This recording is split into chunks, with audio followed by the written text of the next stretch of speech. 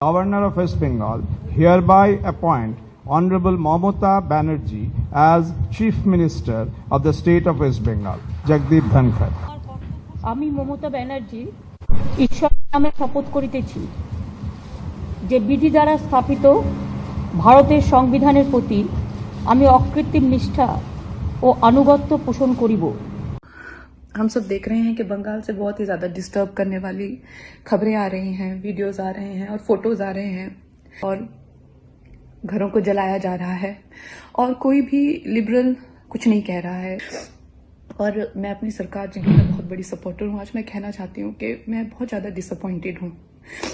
जो वहाँ पे खून की नदियाँ बह रही है तो आप लोग धरना करना चाहते हैं, इसकी कड़ी निंदा करना चाहते हैं। क्यों डर गए हैं देशद्रोहियों से इतना? मुझे पता है हम लोग बहुत बुरी तरह से फंसे हुए हैं, लेकिन अब इस वक्त पे जब प्रेसिडेंट रूल की जरूरत है। बहुत सी सरकारें गिरती देखी थी, पर गिरी हुई सरकार पहली बार देखी है। दोस्तों, कंगना रनावत का ट्विटर अकाउंट सस्पेंड हो गया है। इससे पहले कंगना ने पश्चिम बंगाल में हो रहे वायलेंस को लेकर कई ट्वीट किए थे।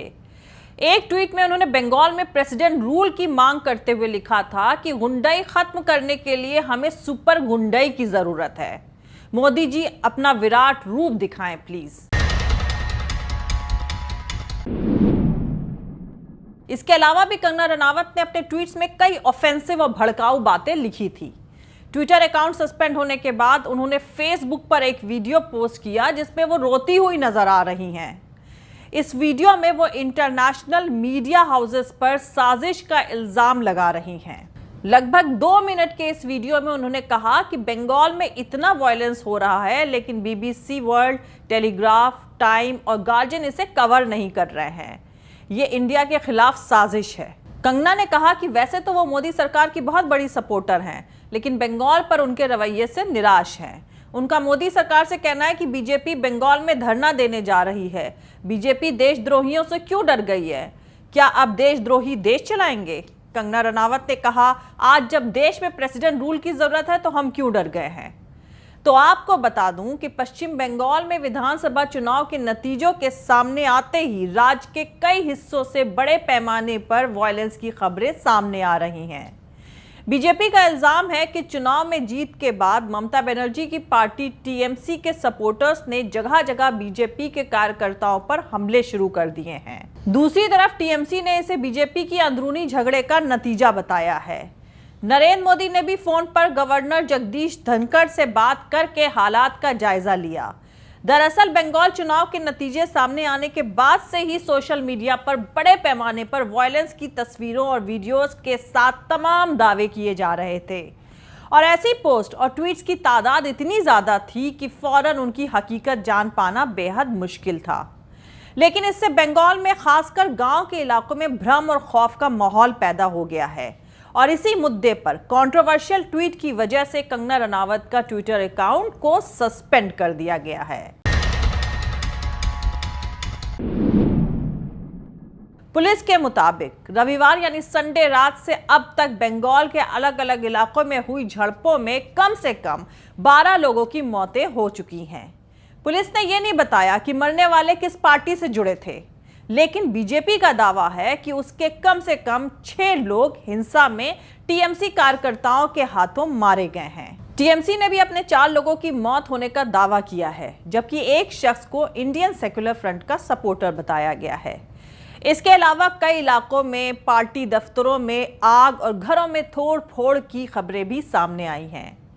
हिंसा के इल्जाम में पुलिस ने राज्य के अलग अलग इलाकों से अब तक तकरीबन 26 लोगों को गिरफ्तार किया है।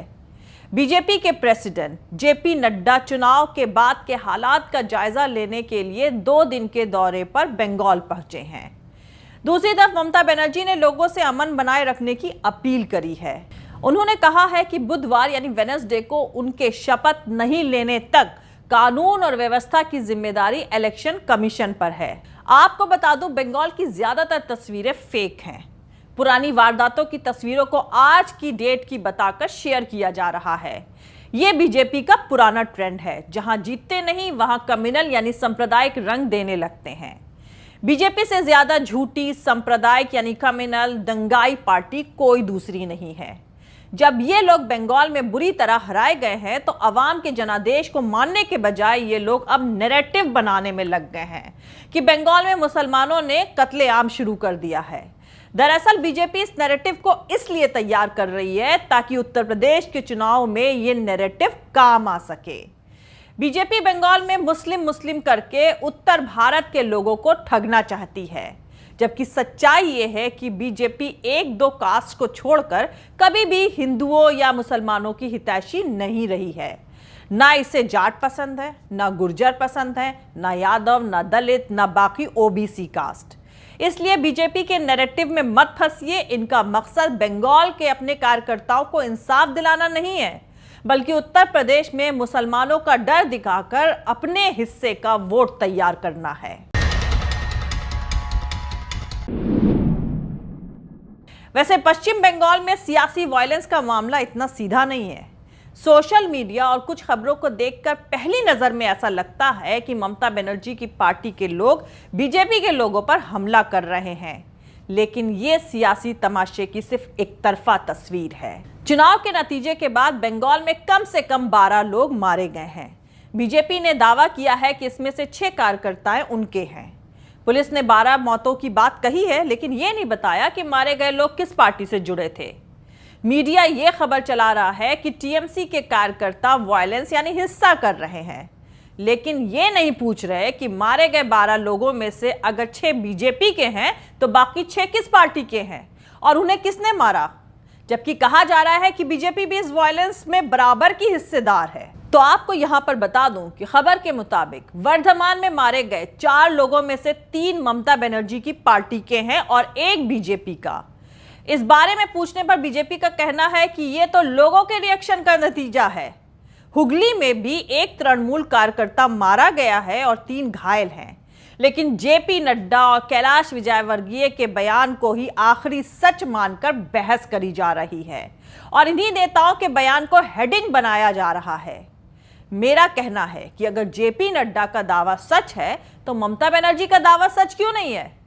और सबसे अहम सवाल यह है कि चलिए हम मान लेते हैं कि ये दोनों गुनहगार हैं, तो क्या इन दोनों में से जो भी कल्प्रिट है इस वायलेंस का, वो खुद मीडिया को बताएगा कि वो इस वायलेंस और कत्लेआम का जिम्मेदार है?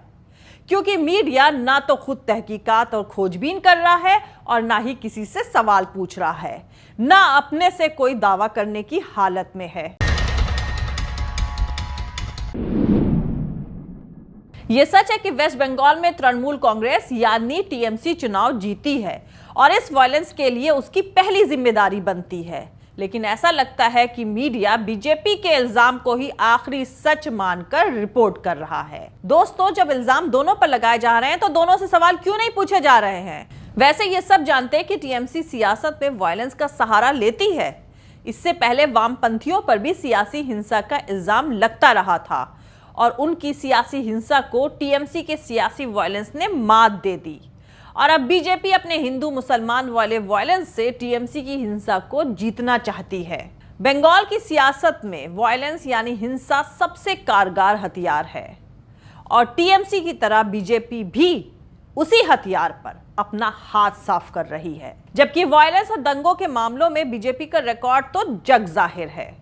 दिल्ली में क्या हुआ था ये तो पूरी दुनिया ही देख चुकी है। वैसे ये भी कहा जा रहा है कि ये कोरोना के कैटास्ट्रॉफी यानी आपदा और उथल पुथल से ध्यान हटाने की सियासी साजिश लगती है, ताकि लोग बंगाल में वायलेंस और कत्ल में उलझे रहें और ये कोई ना पूछे कि साल भर में ऑक्सीजन प्लांट क्यों नहीं लगाया गया। अब आप लोग खुद सोचिए कि सिर्फ बंगाल में 70-80 सीटें हासिल करने के लिए पूरे 140 करोड़ भारतीयों की जान दांव पर लगा दी गई। यह इलेक्शन मोदी वर्सेस ममता बनर्जी लड़ा गया था, लेकिन यह हार नरेंद्र मोदी की नहीं है, यह हार देश की है। जनता हार गई है, हम सब हार गए हैं। हम में से तमाम लोग अपनी जिंदगियां हार गए हैं। आम लोग जिनके पास कोई खास राइट्स नहीं है, ये दिन भर लोगों की मदद करने की कोशिश करते हैं और मदद ना पहुंचा पाने के चलते उनको तकलीफ होती है, वो रोते हैं। अस्पतालों में डॉक्टर्स होपलेस हैं, वो ऑक्सीजन के बिना मरते मरीज को देखकर रो रहे हैं। दिल्ली के मैक्स हॉस्पिटल में गोरखपुर के डॉक्टर विवेक रॉय ने इसी के चलते खुदकुशी कर ली। सिर्फ अप्रैल के महीने में लगभग 50,000 लोग मारे गए हैं। चुनाव कौन जीता ये बेकार है, हमारा भारत हार गया है। दुनिया की सबसे बड़ी डेमोक्रेसी अपनी कैपिटल दिल्ली में भी मरीजों को ऑक्सीजन देने में नाकाम है। देश भर की सड़कों पर लोग तड़प तड़प कर मरते रहे और चुनाव के नतीजों पर बहस चलती रही और अभी भी चल रही है। जो सांसें मुहैया नहीं करा सकते वो सियासतदान आपको डिबेट के जरिए गर्व महसूस करा रहे हैं। जय हिंद, सत्यमेव जयते, अल्लाह हाफिज। दोस्तों, हमारा पूरा वीडियो और दूसरे और वीडियोस देखने के लिए हमारा YouTube channel political Tamasha with doctor Arshi को सब्सक्राइब करके वहां पे लगी बेल आइकॉन को जरूर दबा दें ताकि आपको हमारे आने वाले हर वीडियो की अपडेट्स मिलती रहे। और दोस्तों, अगर आपको हमारा काम पसंद आता है, हमारे वीडियोस पसंद आते हैं तो www.patreon.com/dr अर्शी खान पर जाकर डोनेट करके आप हमारे काम को सपोर्ट कर सकते हैं। दोस्तों, अगर आपको हमारा वीडियो पसंद आता है तो लाइक और शेयर करना हरगिज़ नहीं भूलें। आप हमें फॉलो भी कर सकते हैं हमारे ट्विटर, इंस्टाग्राम और फेसबुक पेज पर। मेरा ट्विटर हैंडल है @अर्शी अजीज़ खान। थैंक यू, मिलते हैं अगले वीडियो में।